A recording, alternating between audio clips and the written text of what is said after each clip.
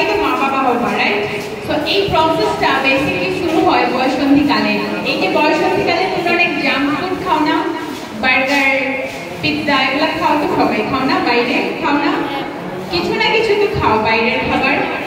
তো বাইরের খাবারে যে আমরা খাচ্ছি, আমাদের স্বাস্থ্য যে ভালো থাকছে না, তখন কিন্তু আমাদের প্রজনন স্বাস্থ্য ভালো থাকছে না। তো এই যে তোমরা ভবিষ্যতে সবাই মা বাবা হবে না, ওই স্বাস্থ্যটাই আসলে প্রজনন স্বাস্থ্য, যেটা আমাদের একটা ভাইয়া খুব সুন্দর করে বললো যে বংশগতি রক্ষা করা। এটা ছাড়াও অনেক কিছু আছে।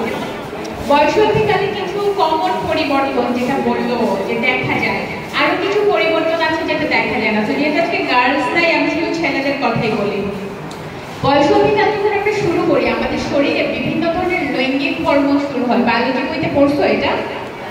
ওকে, এই হরমোনগুলো যখন তৈরি হওয়া শুরু হয়, এটা বেসিক্যালি আমাদেরকে ভবিষ্যৎ জীবনের জন্য প্রিপেয়ার করে। তো আমরা যদি প্রজনন স্বাস্থ্যকে বয়সন্ধিকাল থেকে নার্চার না করি বা টেক কেয়ার না করি, এটা কিন্তু আমাদের পরবর্তী জীবনে গিয়ে দেখা যায় অনেক স্বাস্থ্য সমস্যার সৃষ্টি করে। তোমরা দেখবা যে অনেক তোমাদের অনেক সিনিয়র মানুষ, এটা গার্লও হতে পারে, বয়ও হতে পারে, দেখবা যে তার ওজন অতিরিক্ত, এবং সারা ওয়ার্ল্ড ওয়াইড, নট অনলি বাংলাদেশে যত ধরনের স্বাস্থ্য সমস্যা আছে, তার শুরুটাই হয় হচ্ছে ওবেসিটি থেকে। দ্যাট মিনস অতিরিক্ত ওজন।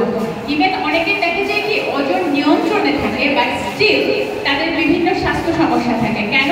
বিকজ জীবনযাত্রা স্বাস্থ্যকর না।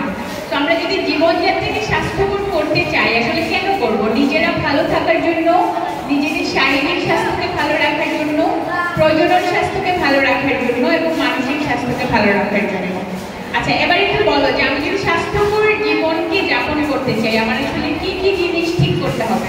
একজন একজন করে বলো, এদিক থেকে বলো।